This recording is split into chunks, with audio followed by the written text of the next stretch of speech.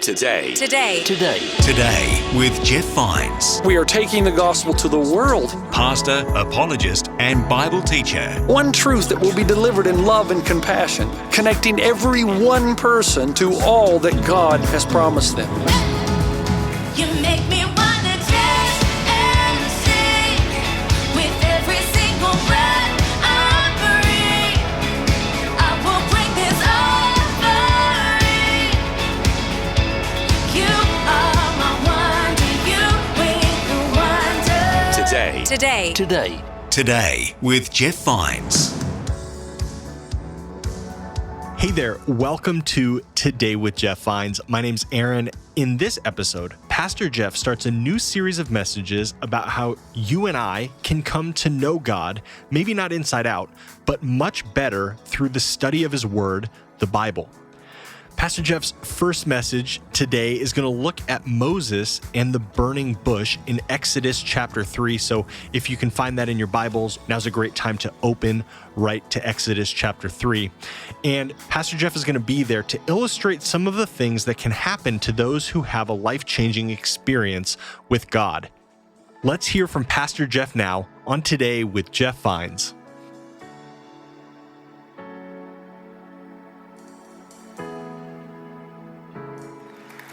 You have your Bibles with you, turn over to Exodus chapter 3. Exodus chapter 3, we'll be starting with verse 1 and 2. We'll get there just in a moment.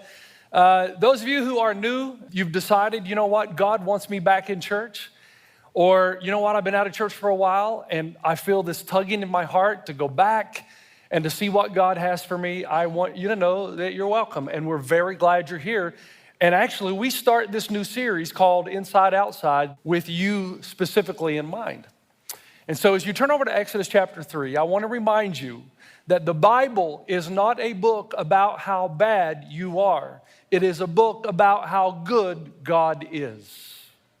It's not a book about how bad you are. It is a book about how good God is and how all through history, that history is His story. It's about how God has been about the business from the beginning of time until now and will continue on past now into the future to redeem and restore mankind to Himself. And when you start to read the Bible with those eyes, then your perspective changes. And let me just say, you need God. All of us need Him so desperately.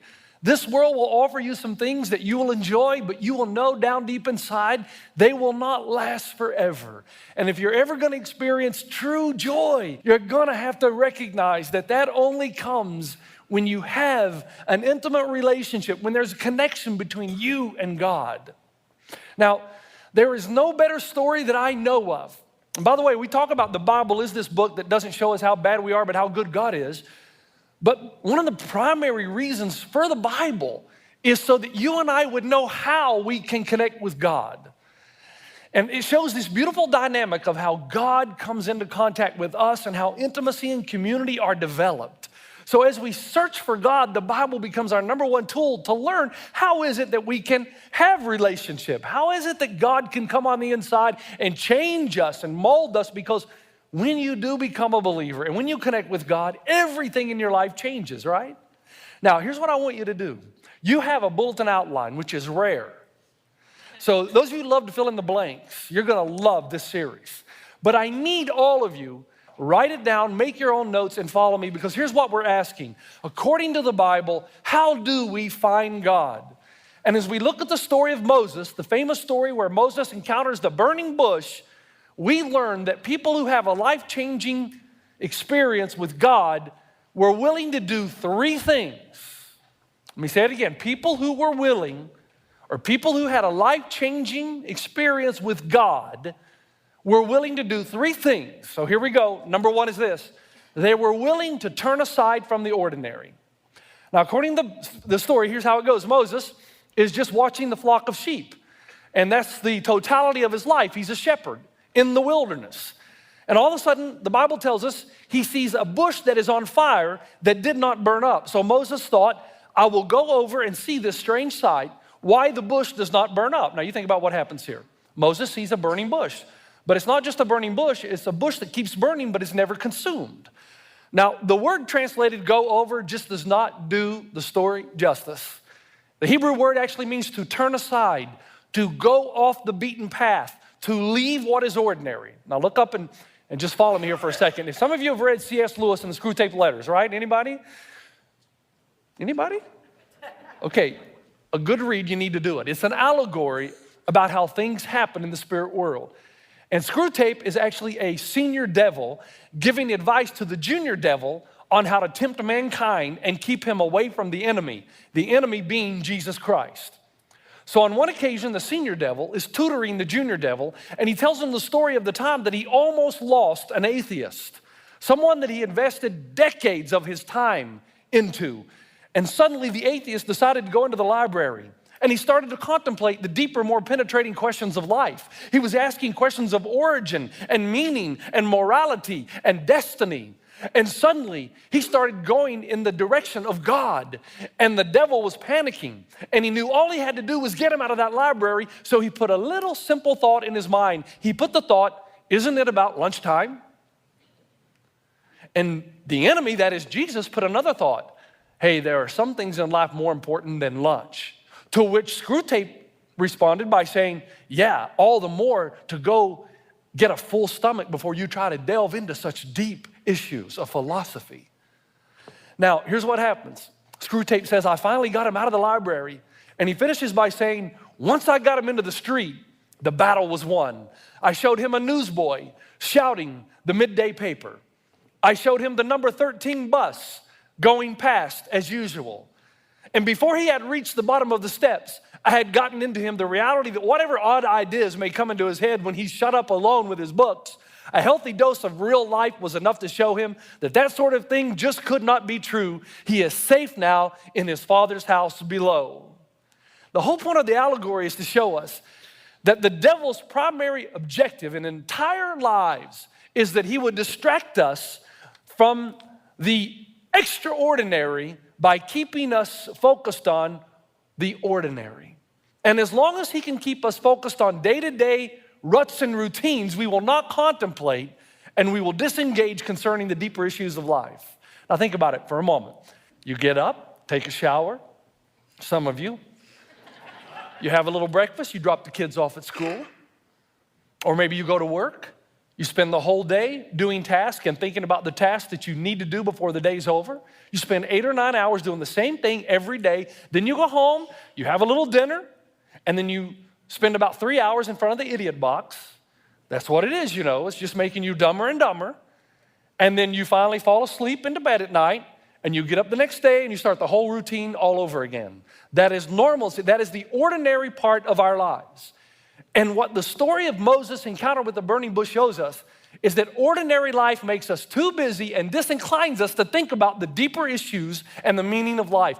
When Moses found God, he was not searching for him. When Moses found God, he was not searching. He was in ordinary life. He just wanted to get his flock home to safety, away from this burning bush. But God sent a disruption. And I want you to see right from the get-go, if you're going to find God, and if you're going to grow in God, because it's the same dynamic, you've got to be willing for God to send disruptions into your life to get you out of the ordinary, so that you can be distracted from the ordinary and be possessed by the extraordinary. You got to understand, the Bible says that Moses turned aside, that he stepped out of the ordinary life to see a strange side.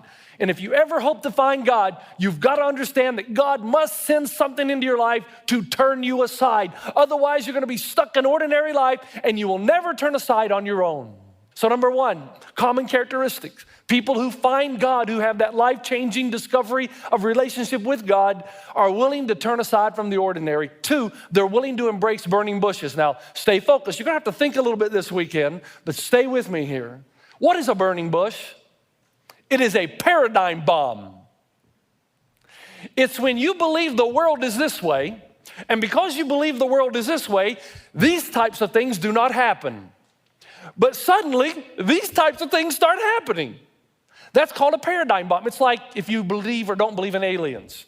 I like what my son's friend said once on Facebook. He said, I don't think there is intelligent life on other planets. Why should those planets be any different from ours? You with? Now think about it. Let's say that you don't believe in aliens, but then one day a spaceship lands in your backyard. Then what happens?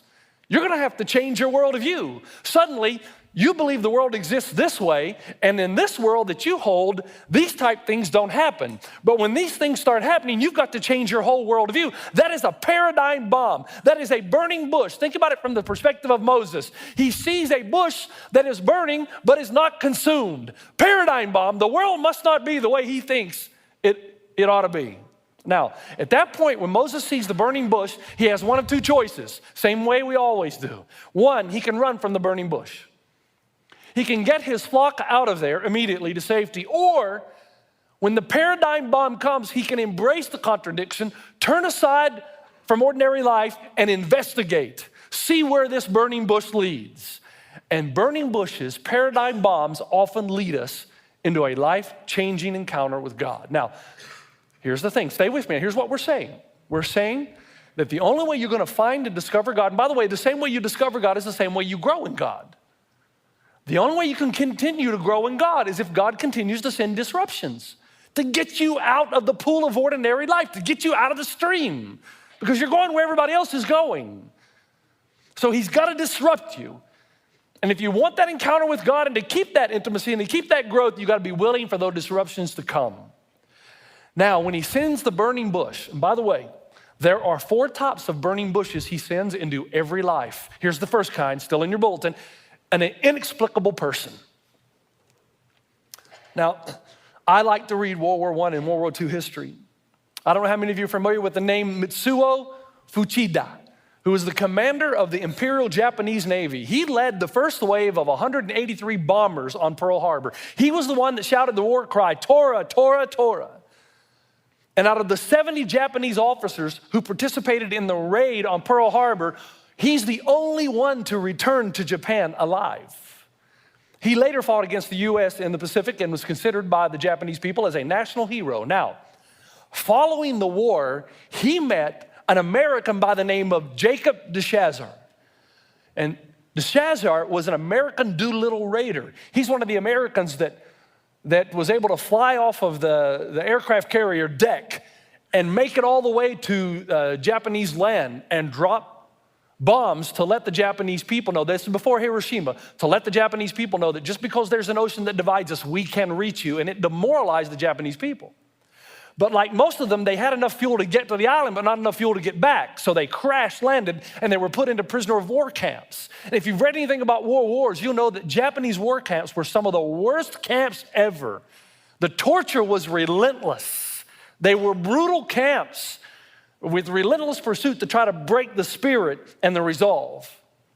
Well, after spending 3 years as an American pilot in these war camps, after the war was over, de Chazar returned to Japan as a missionary. And in his preaching of the gospel of grace and mercy and forgiveness, he comes across the path of Fuchida, the hero, the national hero in Japan. Now, to Fuchida, de Chazar was a paradigm bomb. He was a burning bush. He had never seen anything like this in his life. It caused him to question his view of the world, because here's this American who had suffered tremendous torture in a Japanese war camp and now was coming back to Japan after the war to talk about how much he loved the Japanese people. And Fuchida saw a genuine love and compassion for his own people that was a paradigm bomb that just exploded his worldview. So much so that he decided to pick up a New Testament and start reading it. And he came to the passage when Jesus was on the cross, dying at the hands of evil men. And he said, Father, forgive them, for they know not what they do. And that was enough for Fuchida. He said, how is this possible in our world? This kind of mercy and this kind of compassion does not exist. And you know what happened?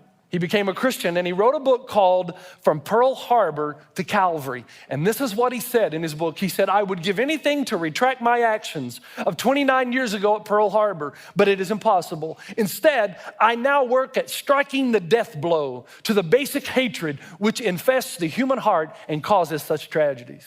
You see, to Fuchida, de Chazar was a burning bush, a paradigm bomb, something or someone that he had to stop and think and say, wow, is it possible the world could be this way?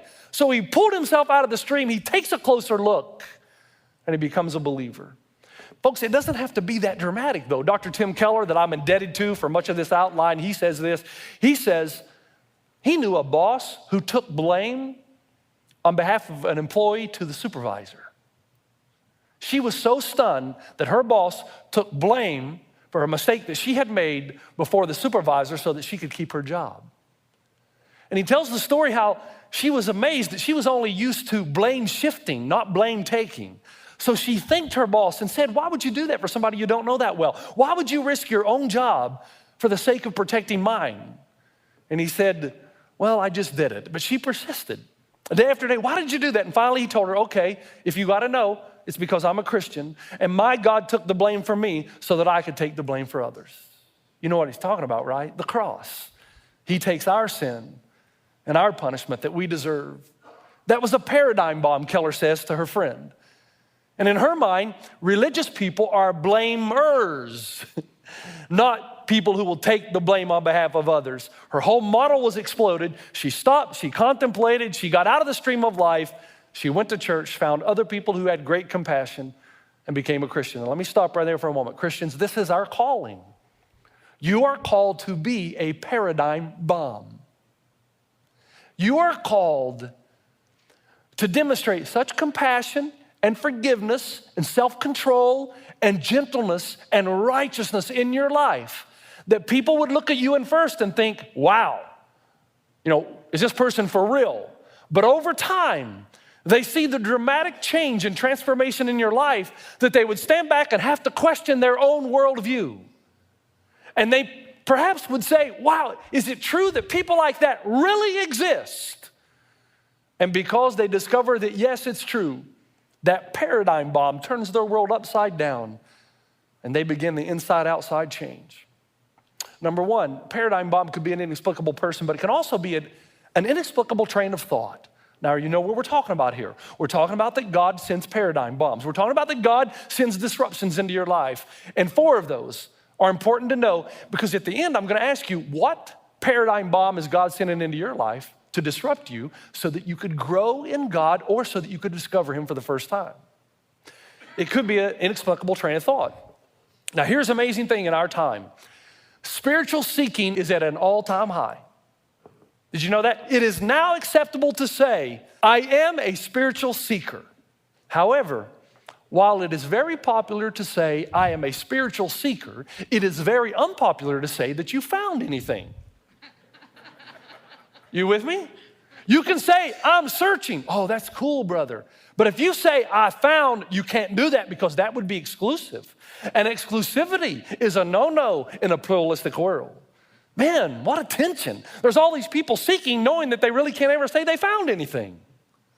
Now, the books on spirituality, they all come to the same conclusion. The reason that there's a massive search for spirituality in America today is because we've begun to understand there is a lack of coherency between logical conclusion of materialism and real life. And this is where you say, Pastor Jeff, what? All right, let me read a quote to you from Jack Miles, who writes for the New York Times, who is also a spiritual seeker. Here's what he says. Now listen closely and I'll explain it, we'll go through it. He says, a man or woman who turns to religion may not do so to acknowledge the mystery of God or religion, but to acknowledge the mystery of the felt necessity to live a moral life even when the grounds of morality cannot be known. Now that might give you a headache, but for me, I read that and I think, yes. But basically it's saying this. It's saying that if we have a moral lawgiver, he must be absolute. And he gives us an absolute moral law to give us categories of good and evil. So there's no such thing as good and evil unless we have an absolute moral lawgiver. At least there's no such thing as absolute good and evil unless we have an absolute moral lawgiver. So now the materialistic people are looking at this and they're thinking, wow, there's a problem here. I believe in absolute good and evil, but I've begun to realize that I can't hold that position unless there is a moral lawgiver, God. It's like they're saying, we are secular people. There should be no absolutes, but there are. Rape, child pornography, genocide. Others are saying, if this is a material universe, who made the material? Why do we search for meaning if there's no God? Why do we search for the answers to life and death if there's no God? And if there's no heaven, why do we long for it so much? As if somehow down deep inside we know that there's something beyond. And Miles, who is not a Christian, ends the article by saying this. He says, if my worldview is correct, that this world is all there is, then there can't be such a thing as beauty, morality, real injustice, or evil. But there is. These are burning bushes. They're paradigm bombs. These are realities and ideas that wake us up, get us out of the stream of the ordinary, and lead us to God. So it could be an inexplicable person. It could be an inexplicable train of thought. Third, it could be an inexplicable trouble. Now, this ought to hit everybody. New Year's, a lot of people come back to church because they've realized something, that they're not in control of their lives. No matter how hard you try, there's always another dynamic. And it feels like sometimes it's out to kill you.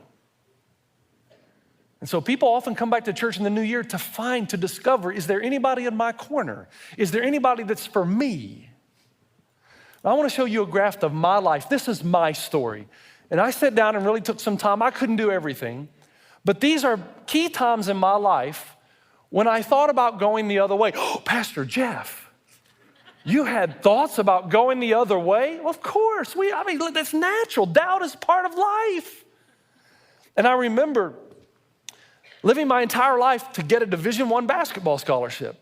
And then I come to the end of my senior year in high school, and all the 5 starters, I'm the only one that did not get a Division I scholarship offer. So right then I questioned God, I thought you were on my side. You know, this is what I wanted. Where are you? So I kind of took a dip. But then I got to know God in a more special way than I had not known him before. And I started to go back up again. And then I started to tell myself, maybe it's because I'm from a small town and the right coaches didn't see me. So I went to a place called Tennessee Tech University to have a chance to play in front of major coaches so that maybe I'd get a Division I scholarship. And I told you that story. It took me all of 10 minutes to realize I don't belong here. I mean, these guys are really good. So again, there's a little dip. God, why did you put this passion in my heart all my life if you knew this was not going to become fruition, a reality? So I start to sink again. And then God gave me a new calling, and I realized it was Africa. So Robin and I went to Africa, and I had a new calling, a new lease on life, a new purpose. But then after a certain amount of time, the government of Zimbabwe told us we could not come back, that we were no longer welcome. And all expat work permits were revoked, and I had to return to the States. And again, God, why did you do that? Why? But I got to know God a little better, got to know God a little more. I started to climb in my knowledge of God. I started to ask the deeper questions of life, meaning, purpose, death, origin, all of that. And then my mom died. And now I really start to question God. I'm going downhill. Things are getting bad. God, where are you? Have you ever asked that question, God, where are you? I know that I have, and I'm sure you can think of a time in your life where you asked that question. Clearly, Pastor Jeff has asked that question, and next time, I hope you'll join me for the remainder of his story and how you can call on God in challenging times. Sometimes God has to send a disruption of some kind, an inexplicable trouble to pull you out of the stream, to get you out of ordinary life. Because the road on which you're traveling is not going to end well. As always, you can listen to more from Pastor Jeff on demand at oneandall.media or wherever you get your podcasts. I hope you'll join me right here for the rest of this message next time on Today with Jeff Vines. You make me wanna dance and sing with every single breath I breathe. I will bring this offering. You are my wonder, you bring the wonder.